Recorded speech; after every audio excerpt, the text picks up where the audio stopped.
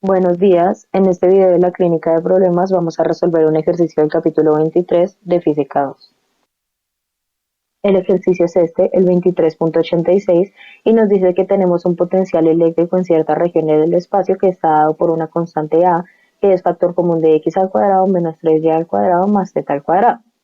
Entonces nos piden realizar 5 cálculos. El primero es obtener una expresión para el campo eléctrico. El segundo es calcular el valor de esta constante A teniendo en cuenta el trabajo que se realiza para mover una carga. El siguiente punto es determinar el campo eléctrico en un punto específico del espacio. El siguiente es demostrar que las líneas equipotenciales en planos paralelos al plano XZ son círculos. Y el último es calcular el radio de una de estas líneas equipotenciales para un valor de voltaje y una altura y específica. Para resolver el primer numeral que se nos solicita en el ejercicio, obtener el campo eléctrico, basta con recordar que el campo eléctrico se define como menos el gradiente de un potencial. ¿Eso qué quiere decir? Que el campo eléctrico es menos la derivada con respecto a cada una de las coordenadas en dirección de cada una de las coordenadas.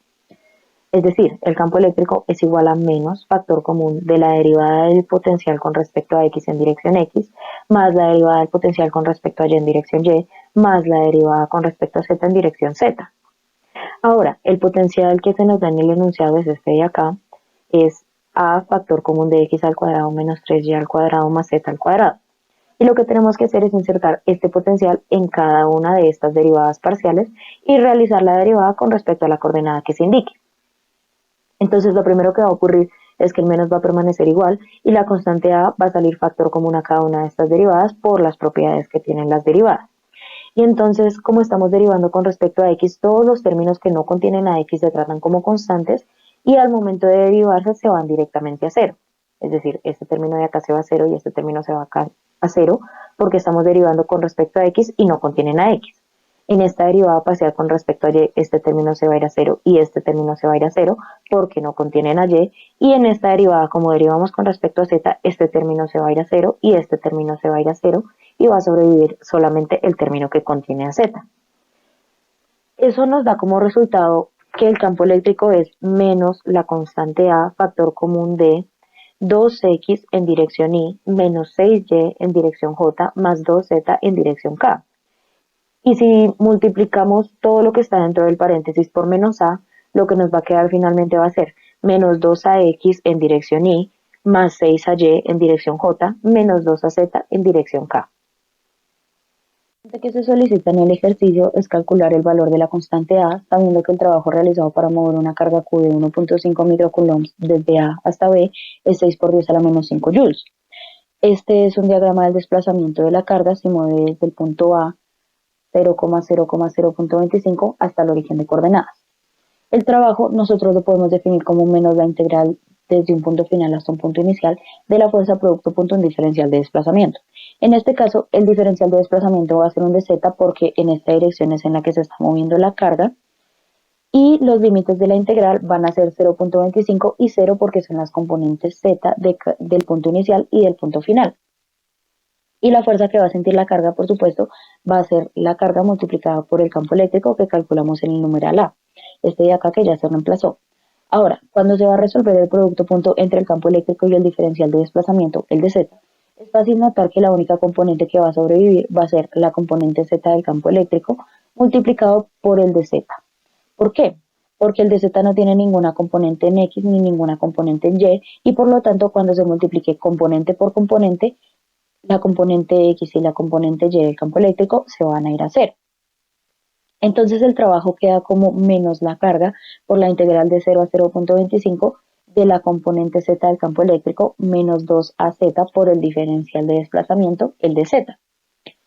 Lo siguiente es que este menos con este menos se van a volver un más y este 2a puede salir de la integral como una constante. Eso significa que el trabajo va a ser 2 por a por q por la integral de 0 a 0.25 de z por dz. La integral de z es z al cuadrado sobre 2 y eso va multiplicado por las constantes que quedaron fuera de la integral, 2a por q. Este 2 se anula con este 2 y lo que resta es evaluar esta expresión de acá en 0 y en 0.25. En 0 esta expresión va a dar 0 porque depende directamente de z, y entonces nos va a quedar que el trabajo es igual a por q por 0.25 al cuadrado. Pero además en el ejercicio nos decían que este trabajo es 6 por 10 a la menos 5 joules. Entonces vamos a reemplazar el valor de W por 6 por 10 a la menos 5 y vamos a despejar de A de esta igualdad. Entonces A nos va a quedar como 6 por 10 a la menos 5 sobre Q por 0.25 al cuadrado. Pero Q también nos lo dan en el enunciado, nos dicen que es 1.5 microcoulombs. Entonces, realizando la operación de estos términos de acá, obtenemos que A es igual a 640 voltios sobre metro cuadrado.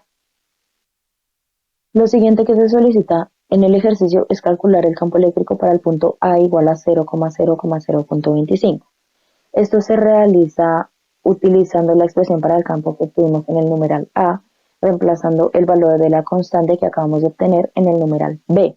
Entonces el campo eléctrico general queda como 640 factor común de menos 2x en dirección x más 6y en dirección y menos 2z en dirección z.